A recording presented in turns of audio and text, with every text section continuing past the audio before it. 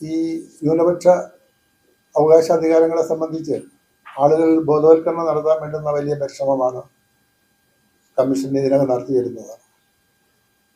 14 ജില്ലകളിലും ജില്ലാതല സെമിനാറുകൾ വ്യത്യസ്ത മതന്യൂനപക്ഷ നേതാക്കന്മാരുടെ സാന്നിധ്യത്തിൽ അതാത് ജില്ലകളിൽ ആദ്യം കൂടിയാലോചന നടക്കും. അവിടെ രൂപപ്പെടുത്തിയ ഒരു സംഘാടക സമിതിയുടെ നിയന്ത്രണത്തിൽ ഇതിനകം 13 സെമിനാറുകൾ നടന്നു കഴിഞ്ഞിരിക്കുകയാണ്. ഇനി 2 സെമിനാറുകളാണ് അവശേഷിക്കാനുള്ളത്. 14 ജില്ലകളിലെ സെമിനാർ പൂർത്തീകരിക്കും. അതിനോടൊപ്പം തന്നെ മൈക്രോ മൈനോറിറ്റി ആയിട്ടുള്ള മതന്യൂനപക്ഷങ്ങളിൽ സൂക്ഷ്മ ന്യൂനപക്ഷമായിട്ടുള്ള സിഖ്, ബുദ്ധ, പാഴ്സി, ജൈന വിഭാഗങ്ങളുടെ ഒരു സംസ്ഥാനതല സെമിനാർ എറണാകുളത്ത് വെച്ച് ഇതിനകം നടന്നു കഴിഞ്ഞിട്ടുണ്ട്.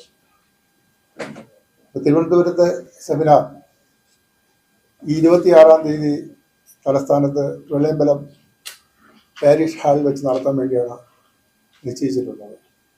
അതിന് വേണ്ടുന്ന തയ്യാറെടുപ്പുകൾ നടത്തിയിട്ടുണ്ട്. വിപുലമായിട്ടുള്ള ഒരു സംഘാടക സമിതി രൂപീകരിച്ച് സംഘാടക സമിതിയുടെ നേതൃത്വത്തിൽ പ്രത്യേകം തിരഞ്ഞെടുക്കപ്പെട്ട 500 പ്രതിനിധികളെ പങ്കെടുപ്പിച്ചുകൊണ്ട് ഈ സെമിനാർ നടത്താൻ വേണ്ടിയിട്ടുള്ള പ്രവർത്തനങ്ങൾ നടന്നു വരികയാണ്.